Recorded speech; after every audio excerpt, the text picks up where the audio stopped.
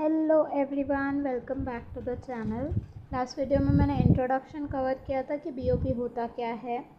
इस वीडियो में हम क्रेडिट्स एंड डेबिट्स कवर करेंगे कि क्रेडिट्स में कौन सी चीज़ें आती है, डेबिट्स में कौन सी चीज़ें आती है।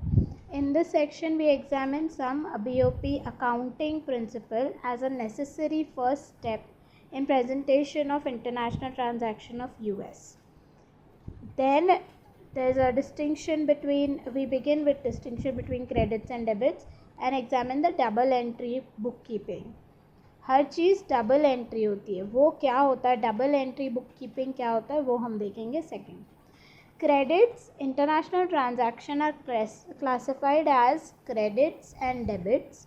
तो दो होते हैं। Credit transaction are those that involve receipt of payment from foreigner। जो भी इनकम हमें आ रहा है, किसी का भी पेमेंट हम ले रहे हैं फॉरेनर से, वो क्रेडिट साइड होगा क्योंकि वो एडिशन है। Debit transaction are those that involve making payments to foreigner, यानी जो एक्सपेंडिचर हम कर रहे हैं, जहाँ पे हम पेमेंट फॉरेनर्स को कर रहे हैं, वो डेबिट साइड पे आएगा।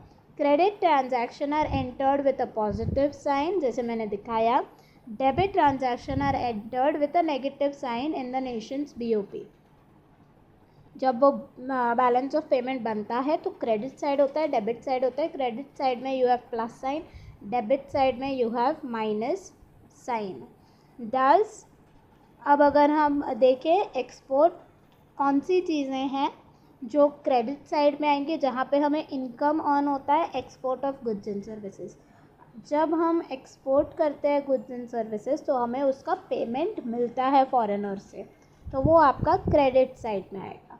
यूनिलैटरल ट्रांसफ़र या gifts that are received from foreigners, कोई गिफ्ट मिला है या यूनिलैटरल ट्रांसफ़र हुआ है जो फॉरेनर ने हमें दिया है एज अ गिफ्ट, वो क्रेडिट साइड में आएगा। कैपिटल इनफ्लो हुआ है असेट्स में, कैपिटल इनफ्लो हुआ है मतलब कि हमने कोई असेट बेचा है फॉरेनर को तो वो पेमेंट करेगा, तो वो आपका कैपिटल इनफ्लो हो गया। या फॉरेन लोग जो है वो इन्वेस्ट कर रहे हैं तो कैपिटल इनफ्लो हो गया, तो वो क्रेडिट साइड में आएगा। Are entered as credit because they involve the receipt of payment from foreigner. On the other hand, imports of goods and services, जहाँ पे हम पेमेंट कर रहे हैं, इम्पोर्ट जब हम करते हैं गुड्स एंड सर्विसेज हम पेमेंट करते हैं।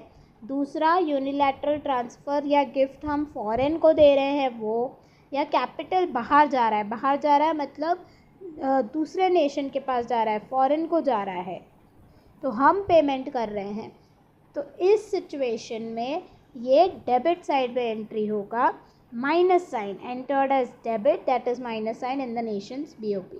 तो अगर हम नोट्स मेरे देखें तो उसमें क्रेडिट एंड डेबिट, ये देखिए ये है क्रेडिट। करंट अकाउंट में credit side and debit side होता है। करंट अकाउंट क्या होता है, कैपिटल अकाउंट क्या होता है, हम चैप्टर जैसे जैसे मूव ऑन करेंगे तब मैं आपको समझा दूँगी। क्रेडिट प्लस साइन से होता है जिसे हम रिसीट कहते हैं, डेबिट माइनस साइन पेमेंट कहते हैं। कौन सी चीज़ें आती है क्रेडिट साइड में? इनफ्लोज, जो मैंने पेंसिल से ऊपर लिखा हुआ है, inflows and sources of foreign exchange, जहाँ से भी इनफ्लो हो रहा है, फॉरेन एक्सचेंज का इनफ्लो हो रहा है, वो हमारा क्रेडिट साइड में आएगा। यानी हमें फॉरेन करेंसी हमारे पास पड़ी है या इनफ्लो हो रहा है वो। Export of good, interest on loans to the other country, हमने दूसरे कंट्रीज़ को लोन्स दे के रखा है तो उसका इंटरेस्ट हमें मिल रहा है, तो वो रिसिप्ट में आएगा। Service provided to other country, कोई सर्विस है वो हम प्रोवाइड कर रहे हैं तो वो उसका पेमेंट करेगा।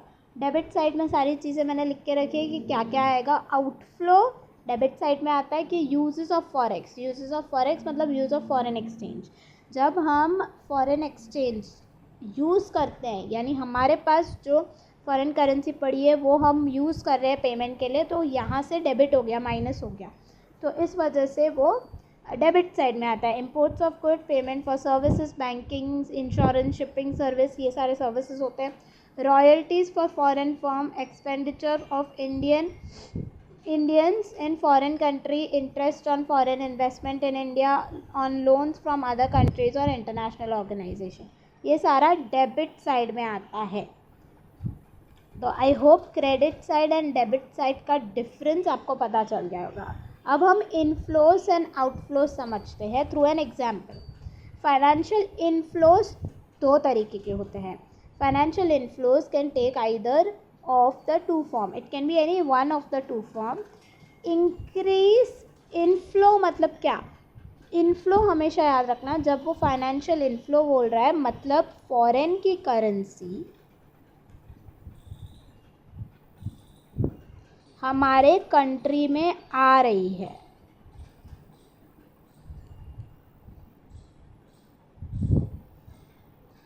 ठीक है, हमेशा याद रखना. फॉरेन, जब मैं फाइनेंशियल इनफ्लो की बात कर रही हूँ, फॉरेन की करेंसी हमें मिल रही है या पेमेंट हो रहा है. अब कब पेमेंट होगा या फाइनेंशियल इनफ्लो कब होगा हम वो देखते हैं. एक कंडीशन है increase in the foreign assets in the nation और reduction in nations asset abroad. इन दोनों सिचुएशन में आपको फाइनेंशियल इनफ्लो होगा. Increase in the foreign assets का मतलब क्या है, reduction in the nations asset का मतलब क्या है, हम वो समझेंगे. For example, when a UK resident purchases a US stock, US हमारा नेशन है, हम ऐसे कंसिडर करेंगे. यूके दूसरा नेशन है, तो यूके का रेसिडेंट जब हमारे नेशन से स्टॉक खरीद रहा है, foreign assets in the US will increase. क्यों? क्योंकि जब वो हमारे पास से स्टॉक खरीदेगा, कोई भी स्टॉक हो सकता है, तो वो पेमेंट करेगा तो हमारे पास फॉरेन एक्सचेंज का इनफ्लो होगा. फॉरेन असेट्स यानी फॉरेन करेंसी आप ले लो, यूएस में इंक्रीज होगी. This is capital inflow to US. Capital inflow हुआ, इस वजह से वो क्रेडिट साइड में आएगा. So increase in foreign asset का मतलब आपको समझ में आ गया. Foreign asset is nothing but foreign currency ले सकते हो आप, फॉरेन करेंसी. ठीक है, तो जब भी दूसरे नेशन का बंदा, दूसरे नेशन का रेसिडेंट हमारे यहाँ से कोई यूएस का स्टॉक या कोई शेयर्स खरीदता है तो वो पेमेंट करता है. तो फॉरेन करेंसी या फॉरेन असेट आता है हमारे नेशन में, जिसे हम कैपिटल इनफ्लो कहते हैं. तो वो हो गया increase in foreign asset in nation. Reduction in nations asset abroad का मतलब क्या है? Okay, let's complete this. US BOP because it involves the receipt of payment from a foreigner. Capital inflow can also take the form of reduction in nation's assets abroad. इसका मतलब क्या है? For example, US का कोई resident है जो अपना, उसके पास फॉरेन के कोई स्टॉक पड़े हैं, फॉरेन के किसी कंपनी के शेयर्स या स्टॉक पड़े हैं. जब वो बेचेगा वापस फॉरेन को, यानी लेट्स से यूके को वापस बेच रहा है, हमारे नेशन की बात कर रहे हैं हम, हमारे नेशन के जो लोग हैं उन्होंने दूसरे नेशन का स्टॉक या शेयर्स खरीद के रखे हैं. अब वो जब बेच रहा है तो उसे उसका पेमेंट मिलेगा. US assets abroad decrease. US assets abroad decrease मतलब दूसरे नेशन जो हमें पेमेंट करेगा वापस उस शेयर्स को खरीदने का, तो उनके पास जो हमारे नेशन के करेंसी पड़ी है वो पेमेंट करेगा. इस वजह से उनके पास हमारे नेशन की करेंसी कम होगी, यानी यूएस के असेट्स कम होंगे.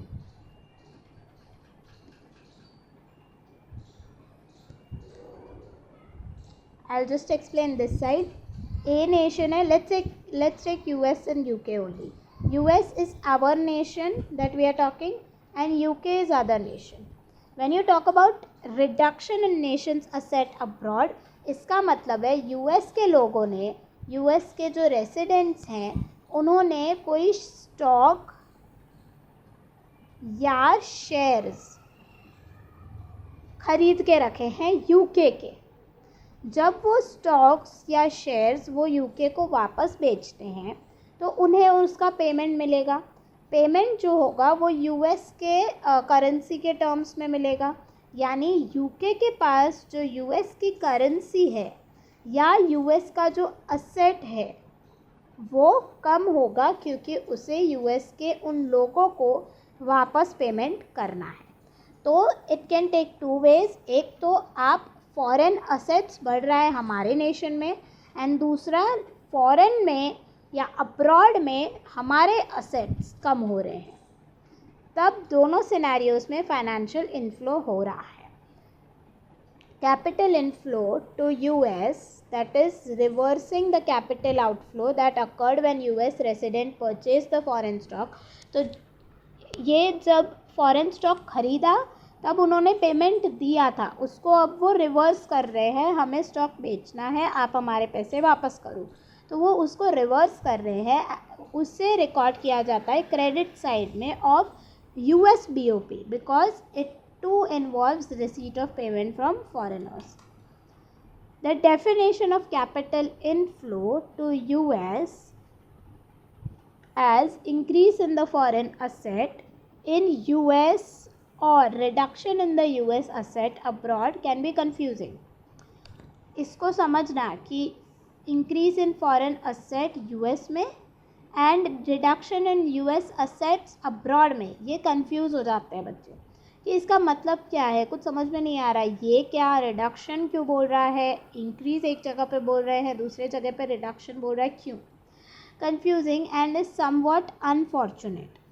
आप बता नहीं सकते कितना है, but this is terminology actually used in US government publication. US के जो पब्लिकेशंस हैं उसमें एक्चुअली यही टर्म्स यूज़ किए जाते हैं। Confusion can be avoided by remembering that when a foreigner purchases a US asset, that is increase in the foreign asset, that involves payment from foreigner, therefore capital inflow or credit. Similarly, when US resident sells foreign asset, this also involves a payment from foreigners। जब भी payment foreigner से आ रही है, चाहे कोई भी reason हो, वो कैपिटल इनफ्लो होगा जो कि क्रेडिट साइड में आएगा। Both an increase in foreign asset in US and reduction in US asset abroad are capital inflows और credits, because they both involve the receipt of payment from foreigner. On the other hand, अब अगर ये समझ में आ गया अच्छे से तो आप एक फटाफट से लाइक कर दो और कमेंट में फटाफट से लिखो कि मैंने जो एक्सप्लेन किया कि फाइनेंशियल इनफ्लो 2 तरीके के होते हैं वो आपको अच्छे से समझाए कि नहीं, फीडबैक दे दो। एंड डू फटाफट से subscribe the channel if you have not done it. New हो चैनल पे फटाफट से सब्सक्राइब कर दो और शेयर कर दो अपने क्लासमेट्स और फ्रेंड्स के साथ। Also before I move ahead with outflow, अगर आपको कोई भी क्लास चाहिए किसी भी पेपर्स के रिलेटेड, इकोनॉमिक्स के, micro macro econometrics, mathematical economics, international economics, anything, any paper of economics, online classes चाहिए तो नंबर नीचे गिवन है, व्हाट्सएप कर दीजिए आपका नाम और syllabus. I will surely get back to you as soon as possible. चलो कंटिन्यू करते हैं। On the other hand, financial outflow again 2 तरीके के होंगे, उसका उल्टा, जो पहले था उसका उल्टा। Increase in the nations asset abroad, यानी हम कोई स्टॉक खरीद रहे हैं तो उनको हम पेमेंट करेंगे स्टॉक खरीदने का, तो उनके पास हमारे नेशन का असेट या हमारे नेशन का करेंसी बढ़ जाएगा। जब भी नेशंस असेट गिवन है या फॉरेन असेट गिवन है, उसको करेंसी याद रखो, तो हमारी करेंसी वहाँ पे बढ़ जाएगी। और reduction in the foreign asset in nation, या फॉरेन लोगों ने हमसे हमें कुछ बेचा है तो हम उन्हें पेमेंट कर रहे हैं, तो रिडक्शन फॉरेन असेट का होगा। Because both involve the payment to the foreigner, दोनों सिचुएशन में हम पेमेंट कर रहे हैं फॉरेनर को। For example, purchase of UK treasury bills, जब यूएस का कोई बंदा, मतलब हमारे नेशन का कोई बंदा यूके से कोई ट्रेजरी बिल या कोई स्टॉक या शेयर्स खरीदता है bye US resident, increases the US assets abroad, तो वो क्या करेगा, यूएस में यूके में हमारे असेट्स को बढ़ाएगा, हमारे करेंसी को बढ़ाएगा। क्यों? क्योंकि हम उन्हें हमारे करेंसी में पेमेंट करेंगे। यूएस का रेसिडेंट उसे यूएस के करेंसी में पेमेंट करेगा तो उनके पास यूएस का करेंसी बढ़ जाएगा। एंड इस डेबिट साइड, क्योंकि हमारे यहाँ से पेमेंट गया है, पैसे जब निकल रहे हैं तो माइनस, पैसे जब आ रहे हैं तो प्लस, बस इतना याद रखना है। It involves payment to foreigners. Similarly sale of US subsidiary by a German firm, foreign firm है, उसने यूएस की सब्सिडरी सेल कर दी तो यूएस के किसी बंदे ने उसे ख़रीदा है, लेट्स से, तो उन्होंने पेमेंट किया। reduces the foreign assets in US and is also a debit because it involves the payment to the foreigner. Students should study these definitions and examples carefully since mastery of these important concepts is crucial to understanding what follows. Obviously क्या debit हो रहा है, क्या, always remember जब आपको payment करना है तब वो डेबिट साइड में आएगा, जब आप पेमेंट रिसीव कर रहे हो वो क्रेडिट साइड में आएगा। To summarise, export of goods and services, जब आप एक्सपोर्ट करते हो पेमेंट आ रहा है तो प्लस होगा। रिसीट ऑफ यूनिलैटरल ट्रांसफ़र, जब हम कोई और नेशन हमें गिफ्ट कर रहा है या रिसीट हम कर रहे हैं। And financial inflow are credit because all involve payment receive from foreigner. On the other hand import जब गुड्स एंड सर्विसेज का हो रहा है तो माइनस हम पेमेंट करेंगे। यूनिलैटरल ट्रांसफ़र किसी और नेशन को कर रहे हैं तो माइनस हम किसी और नेशन को गिफ्ट कर रहे हैं तो पैसे जा रहे हैं। फाइनेंशियल आउटफ्लो हो रहा है तो पैसे जा रहे हैं, ये डेबिट साइड में इन्वॉल्व होगा क्योंकि पेमेंट जा रहा है फॉरेनर्स को। So with this I have completed credit and debit in depth. और इन कैपिटल फाइनेंशियल इनफ्लो क्या है, ये कैपिटल इनफ्लो क्या है, फाइनेंशियल आउटफ्लो क्या है, कैपिटल आउटफ्लो क्या है, मैंने वो भी कवर किया है इस वीडियो में। So do let me know whether you understood or not। अगर समझ में अच्छे से आ गया है तो भाई लाइक कर दो। Thank you.